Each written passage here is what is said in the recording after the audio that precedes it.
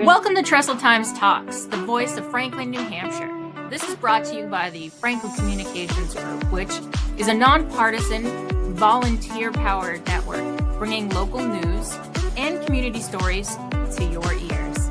Subscribe to stay informed, share to keep your neighbors in the know, and if you've got news to share, the contact details are in the show notes. Now, here's what's happening in Franklin.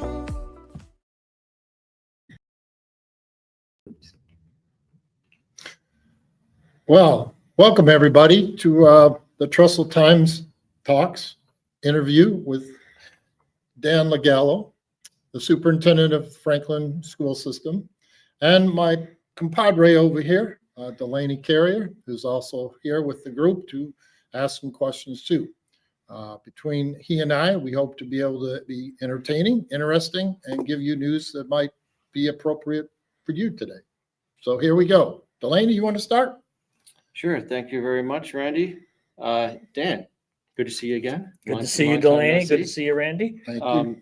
Good to see you too. Could you just start by giving us a little bit of background on who you are, how long you've been superintendent here, and what brought you to Franklin? I sure can. So I'm actually in my 10th year here as the Franklin superintendent. I started back in 2015.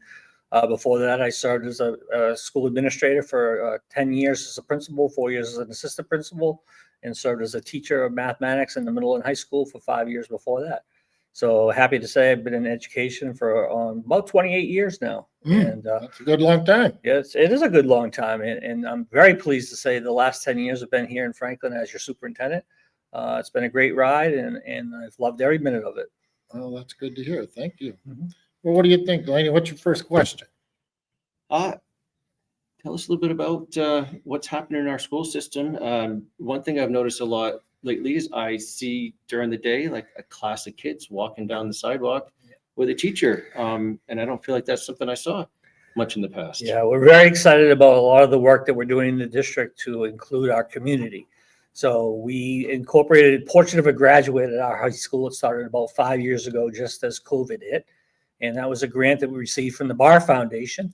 And through the last 5 years of work with our high school, we've done a lot of changes, a lot of positive changes. And one of those changes was to get our kids outside of the four walls of the classroom and get them out into the community, working with our community partners.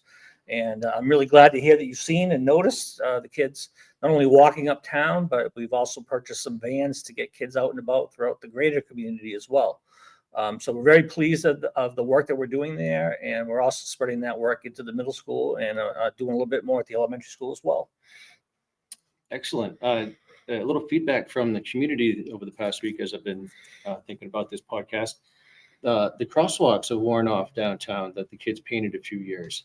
Is there any chance of getting the kids back out there to put some new artwork on our sidewalks, crosswalks? This is a very timely conversation, Delaney, because I just met with the board chair yesterday, actually this morning, and it's on our agenda to talk about because it's time for us to get the kids back out there and to partner with the city. So I'm going to talk with the school board about it at our meeting that's coming up this coming Monday, and then talk with the city manager about that afterwards. So, and probably look at doing something in the fall is what we're shooting for. So, again, I was thinking you're having your meeting. Is anybody able to come to that? Anybody is able to come to a school board meeting. Those are public meetings. They're held on the third Monday of the month, typically. Sometimes we do the fourth Monday, depending on our schedule. But they're at 6 o'clock, and they're held in the Franklin High School cafeteria. And we love for folks to come in, community members and families and parents especially, to come in and hear about what we're doing. And there's a live stream option as well, correct? There is a live stream option as well. We have our own YouTube channel. If you go to Franklin, New Hampshire Schools NH on YouTube, you'll come to all of our meetings. They're recorded, and we keep them up there for as long as we can so that we can keep the public informed about what the school board and the school district is doing with for our students. Getting near the end of the year. I bet you your seniors are probably pretty happy about that. They are very excited. They are ready for June 13th, June 13th, Franklin High School graduation, 6 o'clock here at the Franklin High School, hopefully out on the football field under the stars, as they say. But yeah, the class of 2025 is excited about ending the school year and getting ready for their future. So, do they have a community-wide volunteer thing they're doing for their senior year? They do a lot of community service projects. As you know, probably they have community service requirements. Every student has to accumulate so many hours within their 4 years here at Franklin High School. I should also mention that on Thursday, we'll have our community-wide Class Day Parade. You might recall last year's parade was the 100th celebration, was a huge event. The class of 2025 will be promoted this year in their caps and gowns. That parade is on Thursday, June 12th at 12:30. Well, that's actually great. Like to hear that. So hopefully the rain will stay away for a couple days for us, right? So all these things can occur. That's a rain or shine parade. We have never had to cancel it in the time I've been here, and I don't plan on starting that this year. So, well, at least it'll be a warm rain, hopefully. So that's good. What time's usually that happen, Dan? that kicks off at 12:30 right downtown Central Street. They shut Central Street down about 12:20, so get here early, find a good spot. Yeah, so you don't have to worry about getting through the town. Yeah, that's Let right. people know that's an important problem. All right, so one of the unique things about our community versus the rest of them is we have a very large population of diversified children. We have our special ed, unique students who have special needs need to be taken care of. We also have kids, I think, that would like to be in vocational classes, but we don't have that anymore, do we? Well, we actually do have lots of opportunities for kids. First of all, I'd like to say our goal is to support 100% of the students 100% of the time, no matter what their needs are or what their backgrounds are. One of the exciting things that is happening for Franklin students, especially here at the high school, is next year the Winnisquam Tech Center is opening. That's been a 2-year project right next door to us, and they'll be offering some new offerings for our kids. Right now, our kids travel all the way to Laconia, and for some of our kids, that bus ride is a little bit long. Yeah. But we'll have some new offerings now right at Winnisquam, which is only about 5 minutes away, right down the road here. So we are excited. We already have about 15 students that will be taking part in those classes next year. Great. And we, like I said, it's the first year. Some of the programming is precision manufacturing and cosmetology, which is two different programs that are not offered in Laconia. So we are pleased that our high school has access to those courses. Another thing that's happening in the region that we're hoping for our kids to take advantage of is because we're a smaller school, there are some classes we're unable to offer just because of our size. But we have a regional agreement that we're working on with high schools in the region for kids to be able to go to any high school that they want to in the Lakes region that participates and take classes, whether that would be an AP class, or whether it would be a higher level science class, or it could be even a vocational class like you're referencing, Randy. That's great. That a child could go to, or a group of children can go to and take part in. Yeah, that's fantastic. Are there some other regional resources that our high school students are also able to take advantage of? Yes, there are. We have partnered, as you know, Delaney, we have partnered with Lakes Region Community College and have really pushed especially our upper level students, juniors and seniors, to really go after college credits in their juniors and senior years. So we have kids now that are taking a lot of classes online or on site at the Lakes Region Community College. We just had a class of 20 students finish up chemistry over at Lakes Region. That's great. Yeah, and they did very well over there. I talked to Principal Kovach about it actually yesterday about how the students did.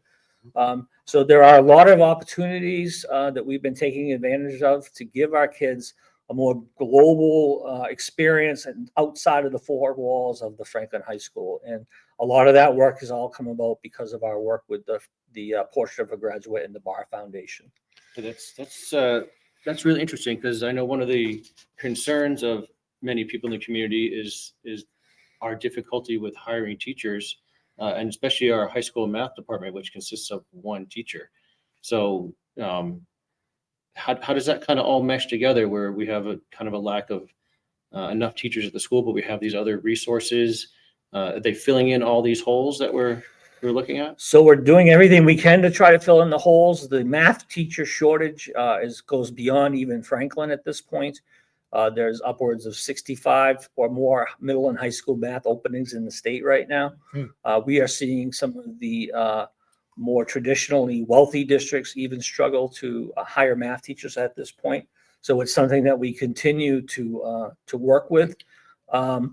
there's some conversations, myself and the principal talking about some online and AI, artificial intelligence potential opportunities as we head into next year. There's also talk about the superintendent dusting off some of his math skills and going back into the Oh, classroom my. to help next year as well, to try and deal with the shortages. Former engineer, correct? Former engineer and math teacher himself. You got an engineer right here. Yeah, He'd help yeah, out there. yeah, He could I'm- volunteer. He's got nothing else to do. I'm a reformed engineer. So we continue to get very creative with the shortages. It's math and science specifically at the middle and high school levels. Like I said, it's a nationwide shortage, Yeah, but it's- certainly hits a small school like Franklin pretty hard. So But doing what you're saying by combining and working more on a regional basis is really the best way to make a school system work. and that's what we're trying to do. Yeah, Randy. Yep. 'cause there's, even though they're in Belknap and we're over here, Yeah. that should not be a problem. In fact, the fire department has to do the same thing. Mhm.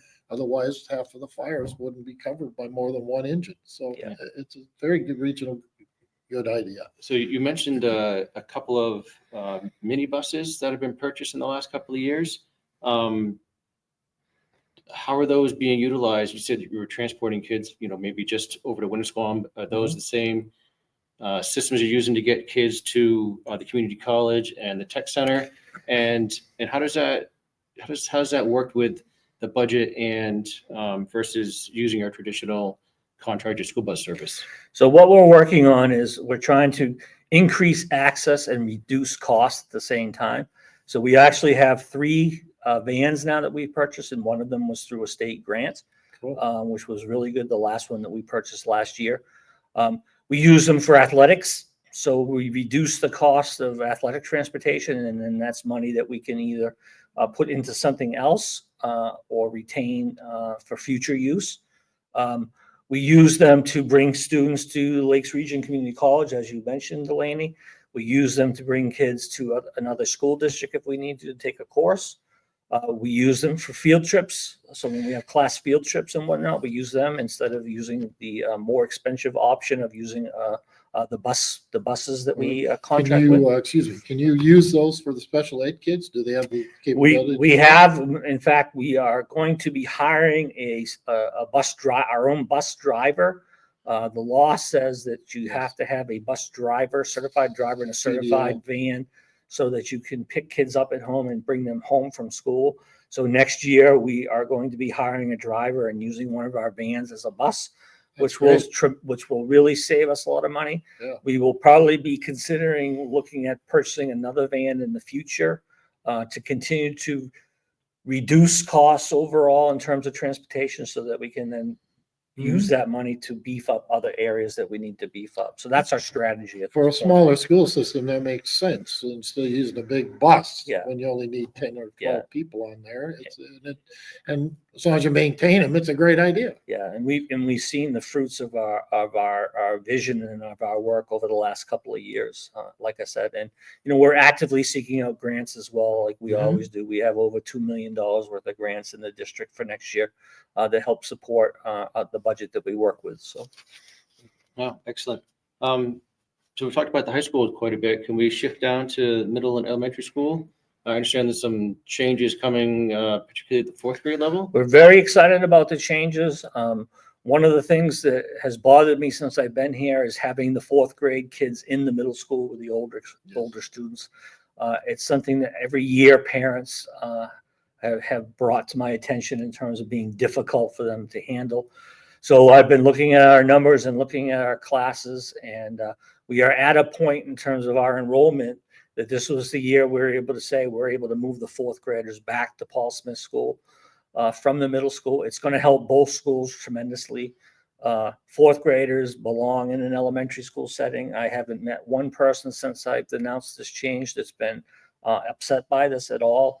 And the middle school will now be able to be a true middle school with 4 grades and 4 wings, where Nice. they can actually really leverage the way the building was designed to be used.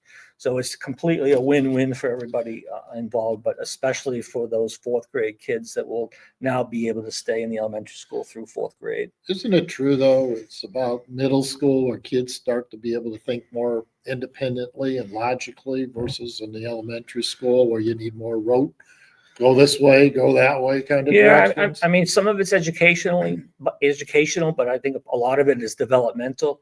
And there's a big difference between a 14 or 15-year-old eighth grader, Yeah, and a 9 or 10-year-old fourth grader. So when you talk about busing and kids being together, we have tried to separate fourth grade from eighth grade, but we know that that's not always possible, and we've seen some of those things that have occurred when fourth graders and eighth graders get together.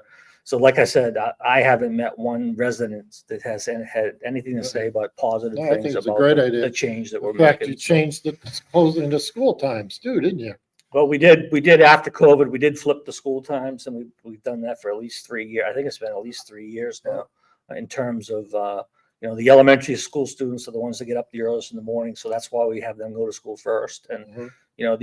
the high school kids start at 8:30. Now they come in a little bit later. And, we've really focused on attendance this year. We have hired an attendance coordinator / truancy position, family liaison position. We are seeing, I'm not ready to come out publicly and say it yet, but we are seeing the results of having that position, and I'll have a lot to say about that at the end of the year. But it's really paying off in terms of our families, getting their kids to school and whatnot. So it's been helpful. Truancy's always been a problem in public schools. So if you actually have someone in a smaller school, it's a little easier to take care of that. So Yeah. you don't have quite as many Yeah, families it's been very successful to this point. on a community basis.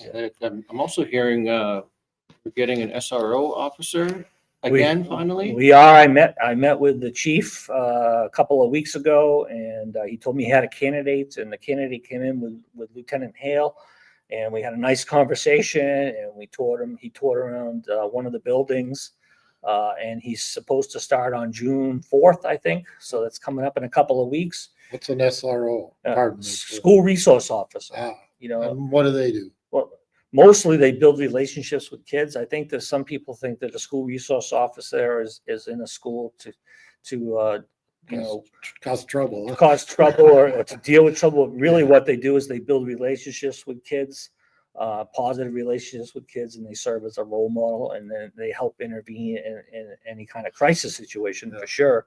But it's more about building that positive rapport with the police department and the students, so that when they get older, that they see the police as a resource, Right. and not as a negative. And we've not had that for the last 3 or 4 years, and it's really needed, and I'm really happy that we're able to bring it back. So That's great. That is excellent. How's our preschool program looking these days? Preschool is as vibrant as ever. We have 3 teachers. We expanded that 2 years ago. We have currently 47 3 and 4-year-olds in our program. The goal is to bring as many 3 and 4-year-olds as we can to get them acclimated to school. They are located right at the elementary school, so they get used to that environment. We have a grant out there right now for a 4th preschool teacher that we're hoping to get. Nice. So that would allow us to bring in another group of students as well. We're partnering with Head Start and with Tiny Twisters to try and coordinate and collaborate with them as well as part of the grants. The idea being, if we can get our hands on kids when they're 3 years old, we can get them much more prepared to start kindergarten when they turn 5. So I'm pretty pleased about the progress we've made in that So area. that's about 13 to 14 kids in a group or something, in a teacher's group? Yeah, they're half-day sessions for the little ones. Okay. They go about 2.5 hours each, but it's a 6, 7, 8 kids each session that's nice. throughout the week. So it's a small student-teacher ratio to help those kids, like I said, acclimate to the school So it helps the environment. families too, right? Certainly helps the families. Yeah. Especially with today's cost of, what do you call it, babysitters is enormous. That would help immensely, I would Yeah. assume. Yeah. Whether somebody, one of the supporters home could work part-time then during those hours. We could always use more help around during this time. Absolutely. So Absolutely. that's great. Well, I think we always hear a lot of complaints about budgets. Some say the schools spend too much. Some say that the schools need a lot more money. Can you give us a kind of a quick overview of the school's budget and maybe some recent budget history as in total spending? Yeah. So the last, I guess it's been 7 years now. Yeah, 7 years.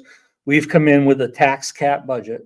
Yeah. So, we get our figures from the city manager in terms of the percentage of tax funds that we're going to get. We get our monies from the DOE and what those revenues are going to be. And then we've developed a budget with the school board to meet the tax cap. And like I said, we've done that for the last 7 years. We got a little bit of a reprieve when we had the federal ESSER funds from COVID, and we had a lot of money to spend, and a lot of that money was spent on capital expenditures and air handlers, but some of it was spent on staffing, and that money's now gone. So the last 2 years have been tough. I mean, last year we cut 23 positions in the district, and then the proposed budget for this year we're cutting 15 and a half. So when you look at the last 2 years and cutting 38 and a half positions, we've been able to manage that, because that's what we're charged with doing, is finding ways. That's out of, what's your total number of positions? So in we the have school about district? 170 positions in the district right now. So, just to give you a sense of what we're looking at, my job has always been to take the money that I'm allotted and find ways to make it work. And that's what I do. And I do a lot of that work with our business administrator, Jefferson Brayman. But 38 positions in 2 years, I mean, that's a significant amount. So, and that's probably not sustainable over time. So I know that the board has plans to talk with the city council about this in terms of what the future looks like. one of the things I noticed about this change is there's obviously the first thing you do is you add more students in each class. So over the last 2 or 3 years, that's had to go up considerably, I would think. Yes, we have had to increase class sizes.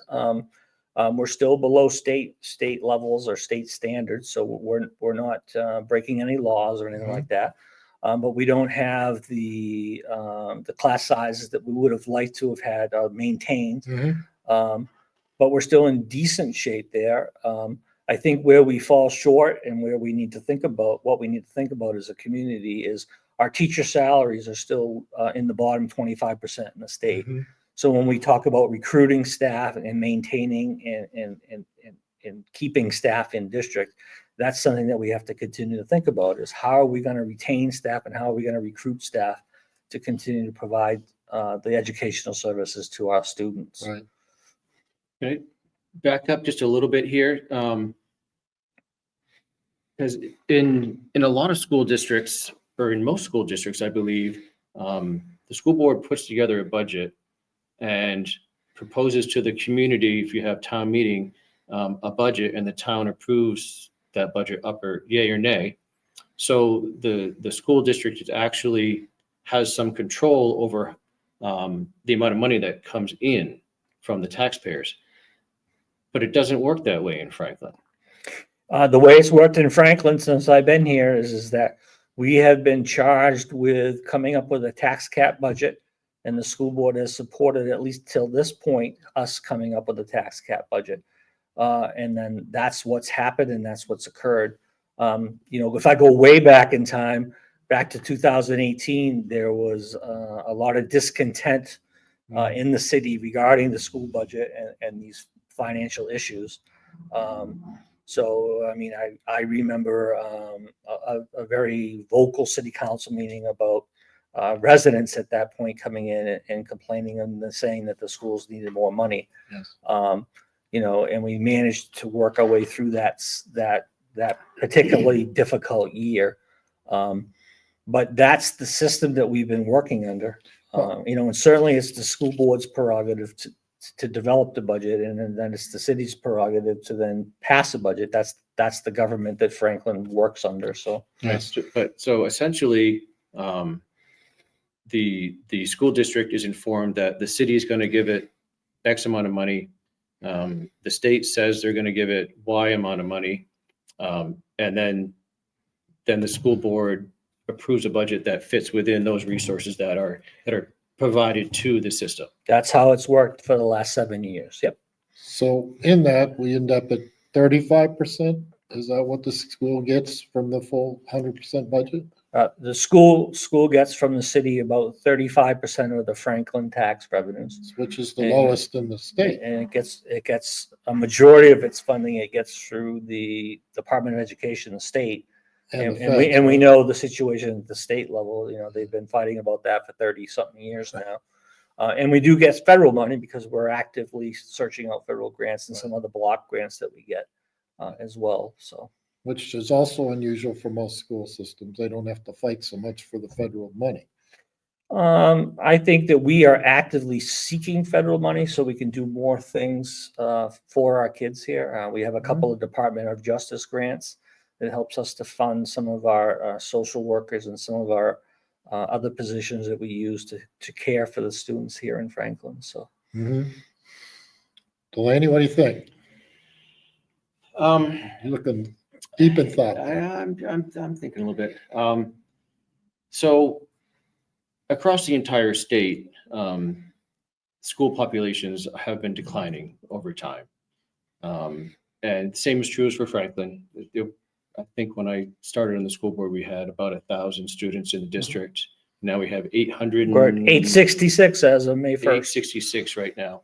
So every time we lose students, we lose that state part of funding that is attached to each student. And we also have charter schools now that draw some of our students out. And the state is looking at passing the concept called open enrollment, where families can choose to send their kids to whatever school, public school they want to in the state, which could also affect our student population. How do you see the future of the Franklin School District and with population numbers that are projected to continue to fall over time and further constraining our budget? How does our system survive that? So, I mean, I think there's a lot of unpredictability out there that we have to be aware of. I have an enrollment projection over the next 10 years that shows us leveling out at about 760 students here in the Franklin city. So I think that we probably have about 100 students that we should expect to lose over the next 10 years based on that enrollment study. So that's something that we have to plan for. I think open enrollment is an interesting concept, but it's going to be very unpredictable in terms of how that would play out. My guess is we would see more students leaving our district than coming based on the current circumstances that we're under. So it could be very, very detrimental to our district. Certainly under the current conditions that we operate under. We are an open enrollment school. We were named an open enrollment school over 10 years ago before I got here. And I think that was what happened in terms of splitting with Hill when we used to be matched up with the Hill School District, which was right next door to us. That happened 10 years ago when the Hill students pulled out of the Franklin School District. So there's some history there as well. So I would say open enrollment would pose a threat to the Franklin School District in terms of its stability and ability to continue to operate, with a predictable number of students and a predictable budget at this point. Well, open enrollment would also affect the city budget because the spending per student in Franklin is lower than our surrounding communities, correct? That's true. I'd have to review the open enrollment law, but my understanding of the law is that we would have to pay 80% of the tuition of, and it's unclear whether it's the tuition of our own school district or whether it's the tuition of the receiving school district. So I need to review the law to find out exactly what that would be. But there's also restrictions on how students would be accepted into different schools and how that process would play out. And, and what does that mean for some of our more disabled students versus some of our more traditional students, and how does that play out in an equitable manner across the district? So I have a lot of questions that I need answered around open enrollment. Should that be something that the legislature decides to put in play here? Yeah. Well, it sounds like we have enough challenges to our budget. We sure do. Are there any other challenges that you see that affect your ability to provide the highest quality education to our kids, given the budgetary constraints? Yeah, I mean, the biggest threat, and I've been talking about this for the last 3 years now, the biggest threat to us is our ability to recruit and retain quality teachers. That is our biggest threat. We are known as a training ground right now for for hiring it, bringing in new teachers, training them, and then They go to more they schools. go off to a more prosperous, higher paying districts. Sure. That's detrimental to us because we lose the continuity Mhm. from year to year for the kids. And the way around that obviously is to raise teacher salaries and to Yeah. raise teacher salaries and provide predictable increases and whatnot. We'll take more money to make that happen. And one last question, and this is another cost reduction question that I know you've been working on, and that's centered around special education services. Could you talk a little bit about the work that's been going on over the last year or so? So we've done a lot of work around special education services. I talked about the Lakes Region High School Consortium. We also have a Lakes Region Special Ed Consortium that we're working on as well this year. The goal is to try and work together with 9 or 10 regional school districts to open up our own special education out of district school for kids with significant disabilities from pre-K to 8. We find that a lot of us are struggling with that age level and finding placements that are cost effective for that group of students. And we have an exploratory group looking at this. We've written a grant here in Franklin to help fund us a planning study, I should say a study to plan for the potential of opening a school within a year. Next year would be a planning year. Where all the districts would pay into this consortium and would be a lot less expensive for us to run it ourselves than to pay these private providers. I'm working with trying to recruit and retain employees. We pay a lot of money to contractors for speech pathologists, OT, PT, and those types of health-related services for special educators. And we're looking for more cost-effective ways to bring those folks into our schools without paying the higher contracted prices. We're working on the transportation piece with our vans and hiring our own bus drivers. So, I mean, those are the big major financial pieces that we're trying to attack, because those are transportation and out-of-district placements and contracted services. We're spending millions of dollars, literally millions of dollars each year in funding. So if we can attack these three issues, I think we can find some reductions that can then hopefully be used to fund some of the other things that we just talked about. Oh, fantastic. Do you have anything else, Randy? Well, I was just thinking, there's a lot of positive moves going on. It's not a dead school system. It's a system that's working towards the future. Yeah, well, In a way which is collegial, which allows everybody to be a part of it, rather than hiding in our own little Franklin and just watch it disappear. yeah, it's a pretty dynamic staff for sure, and a pretty creative staff. Trying to figure out ways to continue to bring the best we can to the students of Franklin, knowing that we have a lot of limitations financially that we have to work with. So that's what we do every day. Oh, one last note.